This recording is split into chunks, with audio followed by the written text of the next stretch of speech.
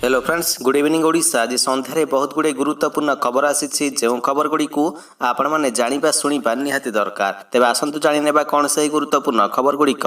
तेज ता पूर्व आपन को अनुरोध अटे जदि आपन को वीडियोटी भल लगे आपन लाइक करने सहित वीडियो को अधिक अधिक शेयर करेंगे। यह सहित यह लेटेस्ट खबर सबको जानापी आम चैनल को सब्सक्राइब करूँ। तेज आसतु आरंभ करवा आज खबर अभियान। प्रथम बड़ खबरटी है जनवरी 1 तारिख खोल स्कूल। कोरोना महामारी जो पिलामानकर पाठपढ़ा अधिक प्रभावित होइछि।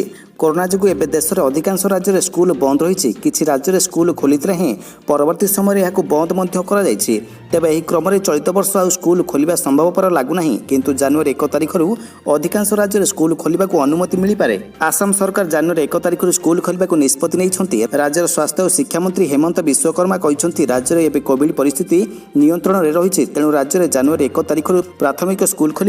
आम कॉलेज हॉस्टल गुड़ी को किसी कटकणा सहित डिसेम्बर 15 तारिख खोलिबा को निष्पत्ति नहीं।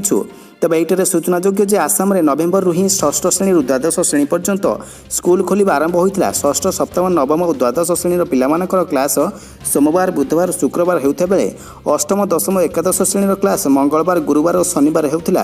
तेज कोरोना मामला बढ़िबार उत्तराखंड हरियाणा और कर्णाटक आदि राज्य में स्कूल को बंद कर दी जाएगी। तेज यह राज्य गुड़िक पुणी थे स्कूल को एवं खोल से नहीं निष्पत्ति नि नहीं। तेज परवर्ती खबरटी हूँ जनता उपर महंगा माड़ वृद्धि पाइला रिफाइन और सोरिष तेल दर। रिफाइन और सोरिष तेल दाम लगातार वृद्धि पाइबार लगी। गत 2 मासरे तेल दाम 50 ରୁ 80% वृद्धि पाई। पनीपरिया और डाली सहित खाइबा तेल दाम वृद्धि जो रोसई बजेट बिगड़ी जाइए। किछि दिन पूर्व केंद्र सरकार पाम ऑयल आमदानी शुल्क 10% कम करते। विदेश में पाणीपाग खराब होगा जो फसल नष्ट होबार देश में सम्मिश्रण बंद होगा कारण तेल दाम वृद्धि पाउछि।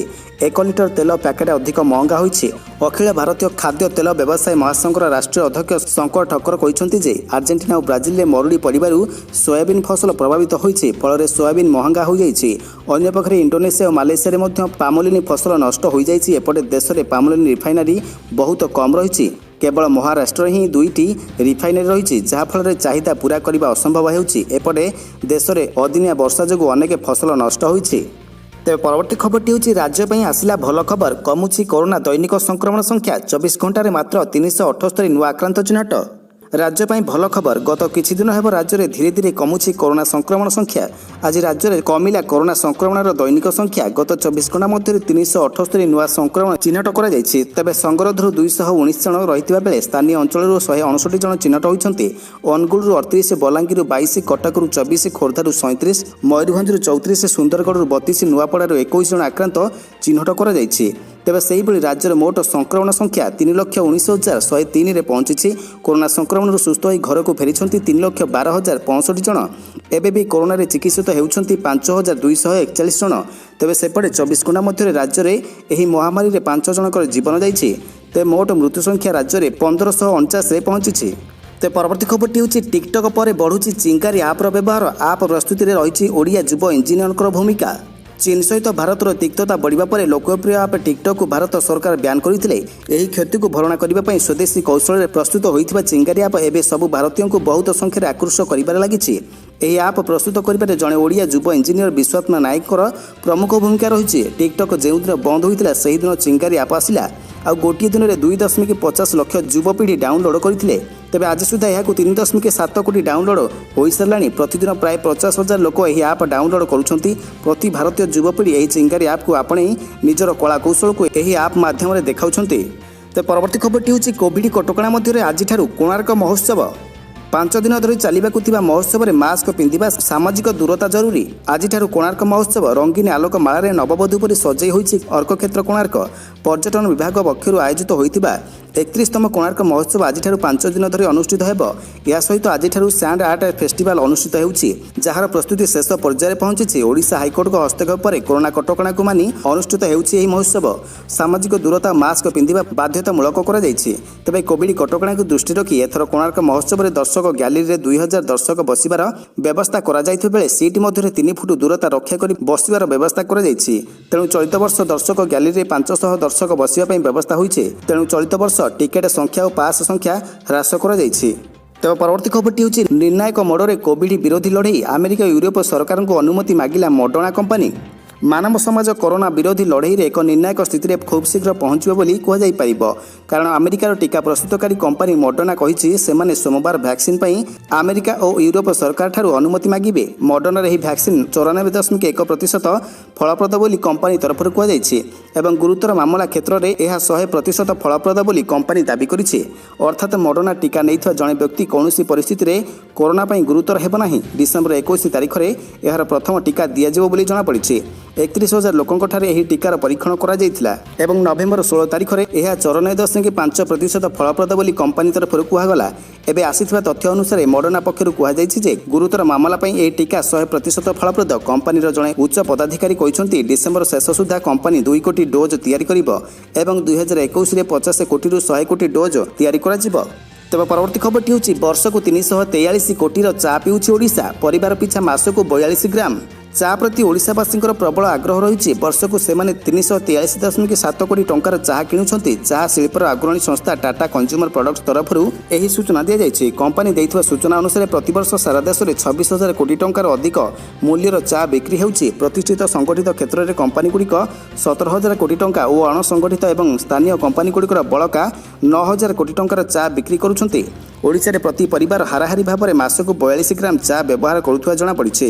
ରାଜ୍ୟରେ ବିଭିନ୍ନ ପ୍ରକାର ଚା ବିକ୍ରି ହେଉଛି, କିନ୍ତୁ କଳା ରଙ୍ଗର ଚାର ବିକ୍ରି ସର୍ବାଧିକ ରହିଛି। ବିଭିନ୍ନ ସ୍ୱାଦର ଗ୍ରୀନ୍ ଟି, ହର୍ବାଲ ଟି, ପ୍ରିମିୟମ ମାନର ଟି ପାଉଚ୍ର ବିକ୍ରି ସୀମିତ ରହିଛି। ସ୍ୱାସ୍ଥ୍ୟ ସଚେତନ ଏବଂ କିଛି ନିର୍ଦ୍ଦିଷ୍ଟ ବର୍ଗର ଗ୍ରାହକ ଏହି ସ୍ୱତନ୍ତ୍ର ସ୍ୱାଦର ଚାହା ପିଉଛନ୍ତି। ତେବେ ପରବର୍ତ୍ତୀ ଖବରଟି ହେଉଛି ଡିସେମ୍ବର ମାସ ପାଇଁ ରାଜ୍ୟ ସରକାର ଜାରି କଲେ ଗାଇଡଲାଇନ୍। ମନ୍ଦିର ଖୋଲିବା ନେଇ ସ୍ଥାନୀୟ ପ୍ରଶାସନ ନେବ ନିଷ୍ପତ୍ତି। ଆସିଲା କୋଭିଡ୍ କଟକଣାର ନୂଆ ଗାଇଡଲାଇନ୍। ଡିସେମ୍ବର ମାସ ପାଇଁ ନୂଆ ମାର୍ଗଦର୍ଶିକା ଜାରି କରିଛନ୍ତି ରାଜ୍ୟ ସରକାର। ପୂର୍ବପରି ଡିସେମ୍ବର ମାସରେ ମଧ୍ୟ ସିନେମା ହଲ୍ ଓ ସୁଇମିଂ ପୁଲ୍ ଖୋଲିବ ନାହିଁ। ଅନ୍ୟପଟେ ମନ୍ଦିର ଖୋଲିବା ନେଇ ନିଷ୍ପତ୍ତି ସ୍ଥାନୀୟ ପ୍ରଶାସନ ଉପରେ ଛାଡ଼ି ଦିଆଯାଇଛି। ପୂର୍ବପରି ଆନ୍ତର୍ଜାତୀୟ ବିମାନ ଉଡ଼ାଣ କଟକଣା ଜାରି ରହିବ। ସେପଟେ କୌଣସି ପ୍ରକାର ବଡ଼ ଧରଣର ସାମାଜିକ, ରାଜନୈତିକ, କ୍ରୀଡ଼ା କାର୍ଯ୍ୟକ୍ରମ ବନ୍ଦ ରହିବ ବୋଲି ରାଜ୍ୟ ସରକାର ନିର୍ଦ୍ଦେଶ ଦେଇଛନ୍ତି। ତେବେ ବାହାଘରରେ ସର୍ବାଧିକ 200 ଲୋକ ସାମିଲ ହୋଇପାରିବେ ଏବଂ ଅନ୍ତ୍ୟେଷ୍ଟି କାର୍ଯ୍ୟକ୍ରମରେ ସର୍ବାଧିକ 50 ଜଣ ସାମିଲ ହୋଇପାରିବେ ବୋଲି ଗାଇଡ୍ରେ ଉଲ୍ଲେଖ କରାଯାଇଛି। ତେବେ ମାସ୍କ ପିନ୍ଧିବା, ହାତ ଧୋଇବା ଓ ସାମାଜିକ ଦୂରତାକୁ ଗୁରୁତ୍ୱ ଦିଆଯିବ। ହଲ୍ ମଧ୍ୟରେ 50% ବ୍ୟକ୍ତି ଓ ଖୋଲା ମଇଦାନରେ ନିର୍ଦ୍ଧାରିତ ସଂଖ୍ୟକ ଲୋକଙ୍କୁ ଅନୁମତି ମିଳିବ। କିନ୍ତୁ ଡିସେମ୍ବର 31 ତାରିଖ ଯାଏଁ କୌଣସି କ୍ଲବ ଖୋଲିପାରିବ ନାହିଁ। ଫଳରେ ନୂଆବର୍ଷ ଜିରୋ ନାଇଟ୍ ସେଲିବ୍ରେସନ୍ ନେଇ ସନ୍ଦେହ ସୃଷ୍ଟି ହେଉଛି। ଏହା ସହିତ ଡିସେମ୍ବରରେ ପ୍ରଦର୍ଶନୀ ମେଳା ଭଳି କାର୍ଯ୍ୟକ୍ରମ ହୋଇପାରିବ ନାହିଁ। ଶିଶିର, ସରସ, ତୋଷାଳୀ, କ୍ରାଫ୍ଟ ମେଳା ଆଦି କାର୍ଯ୍ୟକ୍ରମ ବନ୍ଦ କରିଛନ୍ତି ରାଜ୍ୟ ସରକାର। ଡିସେମ୍ବର 31 ତାରିଖ ଯାଏଁ ଅଙ୍ଗନବାଡ଼ି କେନ୍ଦ୍ର ବନ୍ଦ ରହିବ। ହେଲେ ଡିସେମ୍ବର 1 ତାରିଖରୁ ସମସ୍ତ ମେଡିକାଲ କଲେଜ ଖୋଲିବା ନେଇ ନିଷ୍ପତ୍ତି ନେଇଛନ୍ତି ରାଜ୍ୟ ସରକାର। ଅନ୍ୟପଟେ ସ୍କୁଲ ଖୋଲିବା ନେଇ ନିଷ୍ପତ୍ତି ସ୍କୁଲ ଓ ଗଣଶିକ୍ଷା ବିଭାଗ ନେବ ବୋଲି ଗାଇଡଲାଇନ୍ରେ କୁହାଯାଇଛି। ତେବେ ବିଶେଷ କରି ନବମରୁ ଦ୍ୱାଦଶ ଶ୍ରେଣୀ ଯାଏଁ ଶିକ୍ଷାନୁଷ୍ଠାନ ଖୋଲିବା ବାବଦରେ ନିଷ୍ପତ୍ତି ନେବ ଗଣଶିକ୍ଷା ବିଭାଗ। ସେହିପରି କଲେଜ ଓ ଅନ୍ୟ ଶିକ୍ଷାନୁଷ୍ଠାନ ଖୋଲିବା ନେଇ ଉଚ୍ଚଶିକ୍ଷା ବିଭାଗ ନିଷ୍ପତ୍ତି ନେବ ବୋଲି କୁହାଯାଇଛି। ତେବେ ଏଥିପାଇଁ ଏସ୍ଓପି ଜାରି କରାଯିବ। ସେପଟେ ସମସ୍ତ ବୈଷୟିକ ଓ ଦକ୍ଷତା ବିକାଶ କେନ୍ଦ୍ର ଡିସେମ୍ବର 31 ତାରିଖ ଯାଏଁ ବନ୍ଦ ରହିବ ବୋଲି କହିଛନ୍ତି ରାଜ୍ୟ ସରକାର। ଦୋକାନ ବଜାର ବ୍ୟବସାୟ ପ୍ରତିଷ୍ଠାନ କରୋନା କଟକଣା ପାଳନ କରିବେ। ବିୟୁଟି ପାର୍ଲର, ସ୍ପା, ସେଲୁନ୍ ଆଦି ଯଥେଷ୍ଟ ସତର୍କତା ଅବଲମ୍ବନ କରିବାକୁ କୁହାଯାଇଛି। ତେବେ ସର୍ବସାଧାରଣରେ ଛେପ ପକାଇବା, ପାନ, ଗୁଟଖା, ମଦପାନ କରିବା ଉପରେ ଶକ୍ତ କଟକଣା ରହିଛି। ନିୟମ ନ ମାନିଲେ ଆଇନ ଅନୁଯାୟୀ ଫାଇନ୍ ଆଦାୟ କରାଯିବ। କେନ୍ଦ୍ର ଓ ରାଜ୍ୟ ସରକାରଙ୍କ କାର୍ଯ୍ୟାଳୟ ଓ ଘରୋଇ ପ୍ରତିଷ୍ଠାନରେ କୋଭିଡ୍ ନିୟମ କଡ଼ାକଡ଼ି ଭାବରେ ପାଳନ ହେବ। ତେବେ କଣ୍ଟେନମେଣ୍ଟ ଜୋନ୍ ବା ଅବରୋଧ ଅଞ୍ଚଳରେ ଲକଡାଉନ୍ ଜାରି ରହିବ। କେବଳ ଅତ୍ୟାବଶ୍ୟକ ସାମଗ୍ରୀ ଓ ସେବାକୁ ଅବରୋଧ ଅଞ୍ଚଳରେ ଅନୁମତି ମିଳିବ। ପୂର୍ବ ଭଳି ଏହି ଅଞ୍ଚଳରେ କଣ୍ଟାକ୍ଟ ଟ୍ରେସିଂ ଜାରି ରହିବ। ଜଣେ କରୋନା ପଜିଟିଭ୍ ଚିହ୍ନଟ ହେଲେ ତାଙ୍କୁ ତୁରନ୍ତ ସଙ୍ଗରୋଧରେ ରଖାଯାଇ ଚିକିତ୍ସା ଯୋଗାଇ ଦିଆଯିବ। ତେବେ ଅନ୍ୟପଟେ ସ୍ଥାନୀୟ ସ୍ତରରେ ଲକଡାଉନ୍ ନିଷ୍ପତ୍ତି ଅଧିକାରୀ ନେଇପାରିବେ ବୋଲି ଗାଇଡଲାଇନ୍ରେ ଉଲ୍ଲେଖ କରାଯାଇଛି। ରାଜ୍ୟ ଭିତର ରାଜ୍ୟ ବାହାରେ ସାମଗ୍ରୀ ପରିବହନ ଓ ଲୋକଙ୍କର ଯିବା ଆସିବା ଉପରେ କୌଣସି ପ୍ରତିବନ୍ଧକ ଲାଗିବ ନାହିଁ। ତେବେ 65 ବର୍ଷରୁ ଉର୍ଦ୍ଧ୍ୱ, ରୋଗୀ, ଗର୍ଭବତୀ ମହିଳା ଓ 10 ବର୍ଷରୁ କମ୍ ପିଲାଙ୍କୁ ଘରେ ରହିବାକୁ ପରାମର୍ଶ ଦିଆଯାଇଛି। ତେବେ ପରବର୍ତ୍ତୀ ଖବରଟି ହେଉଛି ନୟାଗଡ଼ଠାରୁ ବଳିଗଲା ନୀଳଗିରି ପରୀ କାହାଣୀ। ପୋଖରୀ ହୁଡ଼ାରେ ଟେକିନେଲେ, ଦୁଷ୍କର୍ମ କରିବା ପରେ ବିଷ ପିଆଇ ଦେଲେ, ମୃତ୍ୟୁ ସହିତ ଲଢ଼ି ଲଢ଼ି ଆଖି ବୁଜିଲା ନାବାଳିକା। ନୟାଗଡ଼ ପରେ ନୀଳଗିରିରୁ ଆସିଲା ପରୀ ପରି ଆଉ ଏକ କାହାଣୀ। ପରୀକୁ କେମିତି ଅପହରଣ ପରେ ହତ୍ୟା ହୋଇଥିଲା ତାଠାରୁ ଅତି ଅମାନୁଷିକ ଭାବରେ ନୀଳଗିରିର ପରୀ ସହିତ ଘଟଣା ଘଟିଛି। ଦୁଷ୍କର୍ମ ପରେ ବିଷ ପିଆଇ ନାବାଳିକାକୁ ହତ୍ୟା ଅଭିଯୋଗ ହୋଇଛି। ପରୀ ହତ୍ୟା ନେଇ ସାରା ରାଜ୍ୟରେ ଉତ୍ତେଜନା ଥମି ନଥିବା ବେଳେ ବାଲେଶ୍ୱର ଜିଲ୍ଲା ନୀଳଗିରି ଥାନା ଅଞ୍ଚଳରୁ ଆସିছে ସାଂଘାତିକ ଅଭିଯୋଗ। ତେବେ ସୋମବାର ସକାଳ ପ୍ରାୟ 7ଟା ସମୟରେ ନୀଳଗିରି ବାଘମରା ଅଞ୍ଚଳରେ ଜଣେ ନାବାଳିକା ଗାଧୋଇବା ପାଇଁ ନିକଟରେ ଥିବା ପୋଖରୀକୁ ଯାଇଥିଲେ। ଏହି ସମୟରେ ସ୍ଥାନୀୟ ଅଞ୍ଚଳରେ ରହିଥିବା ଏକ ଇଟାଭାଟିର ମାଲିକ ଓ ତାଙ୍କର ମ୍ୟାନେଜର ନାବାଳିକାଙ୍କୁ ଉଠାଇ ନେଇଥିଲେ। ସେ କିଛି ବୁଝିବା ପୂର୍ବରୁ ଉଭୟ ତାଙ୍କର ସହିତ ଦୁଷ୍କର୍ମ କରିଥିଲେ। ଦୁଷ୍କର୍ମ ପରେ ନାବାଳିକାଙ୍କୁ ମାଡ଼ ମାରିବା ସହିତ ବଳପୂର୍ବକ ବିଷ ପିଆଇ ଦେଇଥିଲେ। ନରରାକ୍ଷସଙ୍କର କବଳରୁ ବହୁ କଷ୍ଟରେ ନାବାଳିକା ଜଣକ ଖସି ଆସିବା ପରେ ଘରେ ପହଞ୍ଚି ତଳେ ପଡ଼ିଯାଇଥିଲେ। ରକ୍ତବାନ୍ତି କରିବା ସହିତ ତାଙ୍କର ପାଟିରୁ ଗରଳ ବାହାରିଥିଲା। ମୁଁ ମରିଯିବି, ମୋତେ ତୁରନ୍ତ ହସ୍ପିଟାଲ ନିଅ ବୋଲି ଝିଅର ଚିତ୍କାର ଶୁଣି ପରିବାର ଲୋକେ ଜମା ହୋଇଥିଲେ। ଝିଅର ଏପରି ଅବସ୍ଥା ଦେଖି କ'ଣ ହୋଇଛି ପଚାରିବା ସହିତ ନୀଳଗିରି ଗୋଷ୍ଠୀ ସ୍ୱାସ୍ଥ୍ୟ କେନ୍ଦ୍ରକୁ ନେଇଥିଲେ। ହେଲେ ସେଠାରେ ତାଙ୍କର ଅବସ୍ଥା ସଙ୍କଟାପନ୍ନ ରହିଥିବାରୁ ତାଙ୍କୁ ଜିଲ୍ଲା ମୁଖ୍ୟ ଚିକିତ୍ସାଳୟକୁ ସ୍ଥାନାନ୍ତରିତ କରାଯାଇଥିଲା। ତେବେ ଚିକିତ୍ସାଧୀନ ଅବସ୍ଥାରେ 4ଟାରେ ଝିଅଟି ଆଖି ବୁଜି ଦେଇଥିଲା। ଆଉ ମୃତ୍ୟୁ ପରେ ନୀଳଗିରି ଥାନାରେ ପରିବାର ପକ୍ଷରୁ ଅଭିଯୋଗ ହୋଇଛି।